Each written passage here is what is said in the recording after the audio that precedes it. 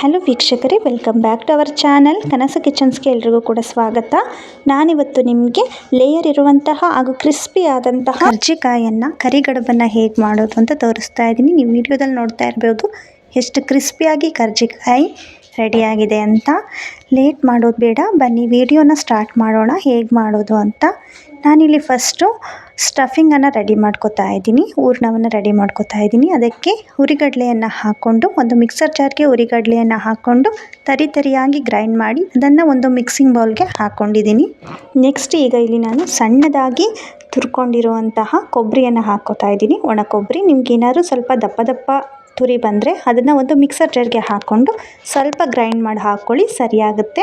ನಂತರ ಈಗ ನಾನು ಅದೇ ಮಿಕ್ಸರ್ ಜಾರ್ಗೆ ಒಂದು ಬೌಲಷ್ಟು ಸಕ್ಕರೆ ಮತ್ತು ಏಲಕ್ಕಿ ಕಾಳುಗಳನ್ನ ಹಾಕ್ಕೊಂಡು ತರಿಯಾಗಿ ಪೌಡರ್ನ ಮಾಡ್ಕೋತಾ ಇದ್ದೀನಿ. ಫುಲ್ ಸ್ಮೂತಿಯಾಗಿ ನಾನು ಇದನ್ನು ಮಾಡ್ಕೊಂಡಿಲ್ಲ. ನಂತರ ಇದನ್ನು ಕೂಡ ಒಂದು ಮಿಕ್ಸರ್ ಜಾರ್ಗೆ ಶಿಫ್ಟ್ ಮಾಡ್ಕೋತಾ ಇದ್ದೀನಿ. ನಂತರ ಒಂದು ಕಡಾಯಿನ ಇಟ್ಕೊಂಡು ಅದಕ್ಕೆ ಬಿಳಿ ಎಳ್ಳನ್ನು ತೊಗೊಂಡಿದ್ದೀನಿ ನಾನಿಲ್ಲಿ. ನೀವು ಕಪ್ಪೆಳ್ಳು ಕೂಡ ಯೂಸ್ ಮಾಡ್ಬೋದು ಬೇಕಿದ್ದರೆ. ಈ ಬಿಳಿ ಎಳ್ಳನ್ನು ಕ್ಲೀನಾಗಿ ಚಟಪಟ ಅನ್ನೋವರೆಗೂ ಕ್ಲೀನಾಗಿ ಹುರ್ಕೋಬೇಕು. ನೋಡಿ, ಕಲರ್ ಕೂಡ ಚೇಂಜ್ ಆಗಿದೆ, ಎಳ್ಳೆಲ್ಲ ಉಬ್ಬಿ ಬಂದಿದೆ.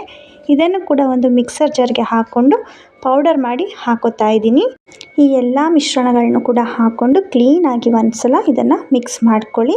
ಇದಿಷ್ಟೇ, ಹೂರ್ಣ ರೆಡಿಯಾಗಿದೆ. ನಂತರ ನಾವೀಗ ಕಣಕವನ್ನು ಕಲಿಸ್ಕೋಬೇಕಾಗುತ್ತೆ. ನೋಡಿ ಎಷ್ಟು ಚೆನ್ನಾಗಿ ರೆಡಿಯಾಗಿದೆ. ನಾನು ಇದನ್ನ ಈಗ ಒಂದು ಕಡೆ ತೆಗೆದಿಟ್ಟು ಕಣಕವನ್ನು ರೆಡಿ ಮಾಡ್ಕೋತಾ ಇದ್ದೀನಿ. ನಾನೀಗ 2 ಕಪ್ ಮೈದಾ ಹಿಟ್ಟಿಗೆ 1 ಕಪ್ಪಷ್ಟು ಇಲ್ಲಿ ಚಿರೋಟಿ ರವೆಯನ್ನು ಮಿಕ್ಸ್ ಮಾಡಿ ಇಟ್ಕೊಂಡಿದ್ದೀನಿ. ವಿಡಿಯೋ ಸ್ಕಿಪ್ ಆಗಿದೆ ಫ್ರೆಂಡ್ಸ್, ಚಿರೋಟಿ ರವೆ ಹಾಕಿರೋದು, ಅದಕ್ಕೋಸ್ಕರ ಹೇಳ್ತಾ ಇದ್ದೀನಿ. 2 ಕಪ್ ಮೈದಾ ಹಿಟ್ಟಿಗೆ 1 ಕಪ್ಪಷ್ಟು ಚಿರೋಟಿ ರವೆಯನ್ನು ಯೂಸ್ ಮಾಡಿದ್ದೀನಿ. ನಂತರ ಸ್ವಲ್ಪ ಸಾಲ್ಟು ಮತ್ತು ತುಪ್ಪವನ್ನು ಹಾಕ್ಕೊಂಡು ಕ್ಲೀನಾಗಿ ಮಿಕ್ಸ್ ಮಾಡ್ಕೊಳ್ಳಿ. ನೀವು ಈ ಪ್ರಮಾಣದಲ್ಲಿ ಮಾಡಿದ್ದೆ ಆದರೆ ಖಂಡಿತವಾಗ್ಲೂ ತುಂಬಾ ಕ್ರಿಸ್ಪಿಯಾಗಿರುತ್ತೆ ಕರ್ಜಿಕಾಯಿ. ನೋಡಿ, ಈ ರೀತಿ ತುಪ್ಪವನ್ನೆಲ್ಲ ಹಾಕ್ಕೊಂಡು ಕ್ಲೀನಾಗಿ 1-2 ರಿಂದ 3 ಟೇಬಲ್ ಸ್ಪೂನಷ್ಟು ತುಪ್ಪವನ್ನು ಯೂಸ್ ಮಾಡ್ಕೊಳ್ಳಿ. ನೋಡಿ, ಈ ರೀತಿ ಬರಬೇಕು ಹಿಟ್ಟನ್ನು ಇದು ಮಾಡಿದರೆ. ಆ ಹದದಲ್ಲಿ ಮಿಕ್ಸ್ ಮಾಡಿಕೊಂಡು ನಂತರ ಸ್ವಲ್ಪವೇ ನೀರನ್ನು ಹಾಕ್ಕೊಂಡು ನಾವೇನು ಚಪಾತಿ ಹಿಟ್ಟನ್ನು ಮಾಡ್ಕೋತೀವಲ್ವ ಅದೇ ಹದದಲ್ಲಿ ಇದನ್ನು ಕಲಸಿ ಇಟ್ಕೋಬೇಕಾಗತ್ತೆ. ನೋಡಿ, ಇಲ್ಲಿ ನಾನು ಪೂರ್ತಿ ರೆಡಿ ಮಾಡಿ ಇಟ್ಕೊಂಡಿದ್ದೀನಿ. ಇದನ್ನು ನೀವೇನಿಲ್ಲ ಅಂದರೂ ಒಂದು ಹಾಫ್ ಆನ್ ಅವರ್ ಆದರೂ ನೆನೆಸ್ಕೊಳ್ಳೇಬೇಕು. ಯಾಕೆಂದರೆ ಚಿರೋಟಿ ರವೆ ಹಾಕಿರೋದ್ರಿಂದ ರವೆ ಪೂರ್ತಿ ಮೆತ್ತ ಆಗಬೇಕು. ಅದಕ್ಕೋಸ್ಕರ ಚಿರೋಟಿ ರವೆಯನ್ನು ಹಾಕಿ ಕಲಸಿರೋದ್ರಿಂದ ಸ್ವಲ್ಪ ಹೊತ್ತು ಇದನ್ನು ನೆನೆಸ್ಕೋಬೇಕಾಗುತ್ತೆ. ಒಂದು ಅರ್ಧ ಗಂಟೆ ನಾನು ನೆನೆಸಿದ್ದೀನಿ ಇದನ್ನು.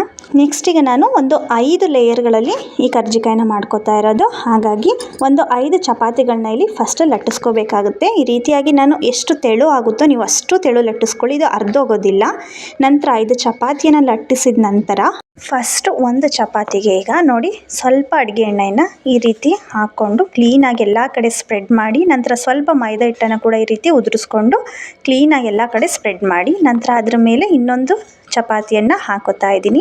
ಇದೇ ರೀತಿ ಈ ಚಪಾತಿ ಮೇಲೆ ಕೂಡ ಸ್ವಲ್ಪ ಎಣ್ಣೆ ಸ್ವಲ್ಪ ಮೈದಾ ಎರಡನ್ನೂ ಕೂಡ ಈ ರೀತಿ ಹಾಕ್ಕೊಂಡು ಕ್ಲೀನಾಗಿ ಎಲ್ಲ ಕಡೆ ಅಪ್ಲೈ ಮಾಡಿ 5 ಚಪಾತಿಗಳನ್ನ ಕೂಡ ನಾವು ಇದೇ ರೀತಿ ರೆಡಿ ಮಾಡ್ಕೋಬೇಕಾಗುತ್ತೆ. ನೋಡಿ, ನಾನು ಈ ರೀತಿ ಎಲ್ಲವನ್ನು ರೆಡಿ ಮಾಡಿದ್ದೀನಿ. ನಂತರ ಈ ಇಷ್ಟು ಚಪಾತಿಗಳನ್ನ ಕೂಡ ಒಂದೇ ಸಲ ಈ ರೀತಿ ಲಟ್ಟಿಸ್ಕೋಬೇಕು. ಎಷ್ಟಾಗುತ್ತೋ ಅಷ್ಟು ತೆಳುವಾಗಿ ಇದನ್ನು ಲಟ್ಟಿಸ್ಕೊಳ್ಳಿ. ಆ ಲೇಯರ್ ಏನು ಹೋಗೋದಿಲ್ಲ. ನೀವೆಷ್ಟು ತೆಳುವಾಗಿ ಲಟ್ಟಿಸ್ಕೊಂಡ್ರೂ ಕೂಡ ಲೇಯರ್ ಹಾಳಾಗೋದಿಲ್ಲ, ಹಾಗೆ ಇರುತ್ತೆ. ನೋಡಿ, ನಾನೀಗ ಲಟ್ಟಿಸ್ಕೊಂಡು ಆಗಿದೆ. ಅದನ್ನು ಈ ರೀತಿಯಾಗಿ ಕ್ಲೀನಾಗಿ ರೋಲ್ ಮಾಡಿಕೊಂಡು ಒಂದು ಚಾಕುವಿನ ಸಹಾಯದಿಂದ ಸಣ್ಣ ಉಂಡೆಗಳನ್ನಾಗಿ ಕಟ್ ಮಾಡ್ಕೊಳ್ಳಿ. ಪೂರಿ ಹಿಟ್ಟಿಗಿಂತ ಸ್ವಲ್ಪ ಇನ್ನೂ ಕಡಿಮೆನೇ ತೊಗೋಬೇಕಾಗುತ್ತೆ ನೀವು ಕರ್ಜಿಕಾಯಿ ಮಾಡೋದಕ್ಕೆ. ನಾವೀಗೇನು ಕಟ್ ಮಾಡಿ ಇಟ್ಕೊಂಡಿದ್ದೀನಿ ಅಲ್ವಾ, ಇದನ್ನು ನೀವು ಫುಲ್ಲು ತೆಳುವಾಗಿಯೇ ಲಟ್ಟಿಸ್ಕೋಬೇಕು. ಒಂದೊಂದಾಗಿ ತೊಗೊಂಡು ಸ್ವಲ್ಪ ಮೈದಾ ಹಿಟ್ಟನ್ನು ಹಾಕ್ಕೊಂಡು ತೀರಾ ತೆಳುವಾಗಿ ನೋಡಿ ಈ ರೀತಿ ಏನು ಕಟ್ ಮಾಡಿ ಇಟ್ಕೊಂಡಿದ್ದೀವೋ ಅದನ್ನು ಈ ರೀತಿಯಾಗಿ ಗೋಡಿಯಾಗಿ ನಿಲ್ಲಿಸ್ಕೊಂಡು ಈ ರೀತಿ ಒಂದು ಸಲ ಕೈಯಲ್ಲಿ ಪ್ರೆಸ್ ಮಾಡಿ ತೆಳುವಾಗಿ ಲಟ್ಟಿಸ್ಕೊಳ್ಳಿ. ನೀವೇನಾದರೂ ದಪ್ಪ ಲಟ್ಟಿಸಿದರೆ ಅದು ಒಳಗಡೆ ಬೆಂದಿರೋದಿಲ್ಲ ಕರ್ಜಿಕಾಯಿ, ಮೇಲ್ಗಡೆ ಮಾತ್ರ ಕ್ರಿಸ್ಪಿ ಇರುತ್ತೆ, ಒಳಗಡೆ ಫುಲ್ ಮೆತ್ತ ಇರುತ್ತೆ.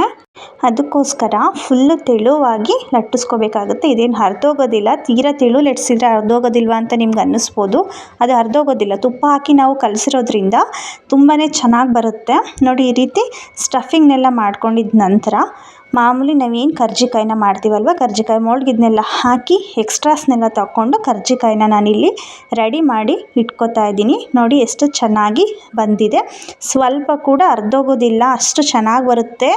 ನಾವು ತುಪ್ಪ ಹಾಕಿ ಕಲಸಿರೋದ್ರಿಂದನೇ ಇದು ತುಂಬ ಅಂದರೆ ತುಂಬಾ ಕ್ರಿಸ್ಪಿಯಾಗಿ ಬರುತ್ತೆ. ನಂತರ ನಾನೀಗ ಇಲ್ಲಿ ಎಣ್ಣೆಯನ್ನು ಕಾಯಿಸಿಟ್ಕೊಂಡಿದ್ದೀನಿ. ಮೀಡಿಯಮ್ ಫ್ಲೇಮ್ನಲ್ಲೇ ನೀವು ಕರ್ಜಿಕಾಯಿನ ಬೇಯಿಸ್ಕೋಬೇಕು. ನೀವು ಇನ್ ಕೇಸ್ ಐ ಫ್ಲೇಮ್ ಮಾಡಿದರೆ ಮೇಲ್ಗಡೆ ಫುಲ್ ಕಲರ್ ಚೇಂಜ್ ಆಗುತ್ತೆ, ಬಟ್ ಒಳಗಡೆ ಬೆಂದಿರೋದಿಲ್ಲ. ಅದಕ್ಕೋಸ್ಕರ ಮೀಡಿಯಮ್ ಫ್ಲೇಮ್ನಲ್ಲೇ ಪೂರ್ತಿ ಕರ್ಜಿಕಾಯಿ ಒಳಗಡೆ ಎಲ್ಲ ಬೇಯೋ ಅಷ್ಟು ಕ್ಲೀನಾಗಿ ಬೇಯಿಸ್ಕೊಳ್ಳಿ. ನಿಮ್ಗೆ ಇನ್ ಕೇಸ್ ನಾವು ಈ ಥರ ಲೇಯರ್ ಎಲ್ಲ ಮಾಡೋಕ್ಕಾಗಲ್ಲದಪ್ಪ, ತುಂಬ ಕಷ್ಟ ಅಂತ ಅನಿಸಿದರೆ ನೀವು ಮಾಮೂಲಿ ಸುಮ್ಮನೆ ಹಾಗೆ ಹಿಟ್ಟನ್ನು ತೆಳುವಾಗಿ ಲಟ್ಟಿಸ್ಕೊಂಡು ಕರ್ಜಿಕಾಯಿ ಮೋಲ್ಡ್ನಲ್ಲಿ ಹಾಕಿ ಈ ರೀತಿ ಕರ್ಜಿಕಾಯಿನ ಮಾಡಿಕೊಂಡು ಬೇಯಿಸ್ಕೊಂಡ್ರೆ ಸಾಕು. ಆಗಲೂ ಕೂಡ ತುಂಬಾ ಕ್ರಿಸ್ಪಿಯಾಗಿ ಬರುತ್ತೆ. ನೋಡಿ, ನಾನೀಗ ಇಲ್ಲಿ ಇದು ಆಲ್ಮೋಸ್ಟ್ ಈಗ ಅರ್ಧ ಬೆಂದಿದೆ. ಇನ್ನು ಸ್ವಲ್ಪ ಬೇಯಿಸ್ಕೋಬೇಕು. ಕಲರ್ ಚೇಂಜ್ ಆಗಿರುತ್ತೆ ಅಷ್ಟೇ, ಒಳಗಡೆ ಬೆಂದಿರೋದಿಲ್ಲ. ಈಗ ಇನ್ನು ಸ್ವಲ್ಪ ನಾನು ಇದನ್ನು ಬೇಯಿಸ್ಕೊತಾ ಇದ್ದೀನಿ. ಇದೀಗ ಆಲ್ಮೋಸ್ಟ್ ಆಗ್ತಾ ಬಂದಿದೆ. ಪೂರ್ತಿ ಎಲ್ಲವನ್ನು ನಾನು ಬೇಯಿಸ್ಕೊಂಡಿದ್ದ ನಂತರ ನಾನು ನಿಮಗೆ ತೋರಿಸ್ತಾ ಇದ್ದೀನಿ. ನೋಡ್ತಾ ಇರ್ಬೋದು ಫಸ್ಟ್ ಲೇಯರ್ ಎಷ್ಟು ಕ್ರಿಸ್ಪಿಯಾಗಿ ಇದು ಓಪನ್ ಆಗ್ತಾ ಇದೆ ಅಂತ. ಪ್ರತಿಯೊಂದು ಕರ್ಜಿಕಾಯಿ ಕೂಡ ಇದೇ ರೀತಿ ಕ್ರಿಸ್ಪಿಯಾಗಿಯೇ ಬರುತ್ತೆ.